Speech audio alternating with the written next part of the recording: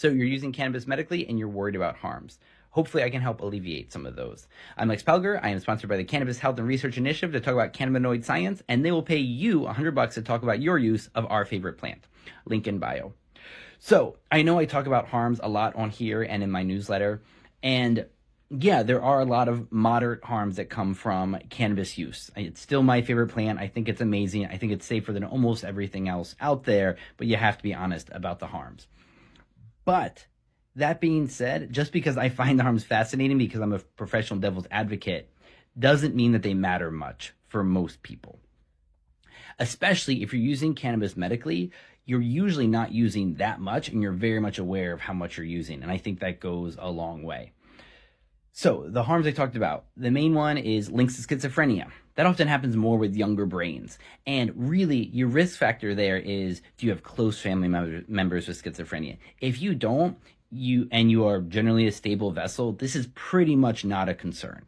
It's not something that you see pop up unless people get, cannabis-induced psychosis, which does happen, but that does seem to people who are either unstable vessels or using lots and lots in some kind of bad situation, just like can happen with psychedelics as well. The other one is the heart harms.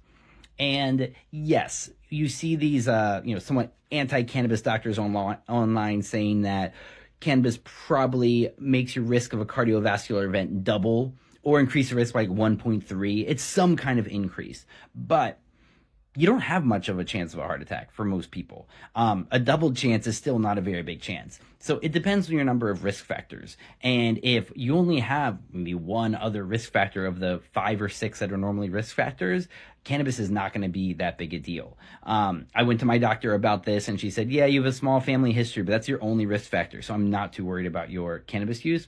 I think it's a pretty good middle of the line place to be. And then there's 2 more that come to mind. One is cannabinoid hyperemesis syndrome, which is very real, but also is very rare and tends to be people who are using a lot for long periods of time. And if that starts to pop up for you, there is one easy solution. That's stopping to use cannabinoids. It will go away, especially if you know about it early. You start to get what they call prodromal symptoms. You're starting to get upset stomachs after you use cannabis use. And you can stop using and that will go away. And as much as we're hearing about it in the news, it is still luckily very rare. And the last one is the drag on fertility. And that's also quite true for everybody involved. Depending whatever kind of bits you have, there is a drag on your fertility from using cannabinoids because fun fact, the highest level of the CB1 cannabinoid receptors are in the uterus. And so it makes sense that you're going to alter fertility somewhat when using cannabinoids. And, fertility is a very hard thing to study. I see tons of studies every month about this.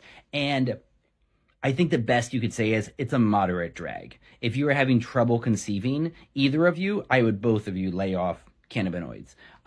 But it is probably not that big a drag. And I'm sure I always get tons of people in the comments being like, well, I had kids. Yeah, well, I had kids. It's not a huge factor, but it is a factor if you're having trouble. But other than that, if you're using cannabis medically, aside from the normal negatives that come up, getting too high, dry mouth, the munchies, stuff that you already know is happening, the long-term consequences aren't too bad, really. And I just posted my last video about how it seems like it's generally better for long-term brain health because of the neuroprotective powers of the cannabinoids. So I'd say for anyone out there who's using cannabis medically and working with your doctor, paying attention to your own body, probably using moderate amounts, I think you're overall going to be okay. But let me know if you have any more specific questions.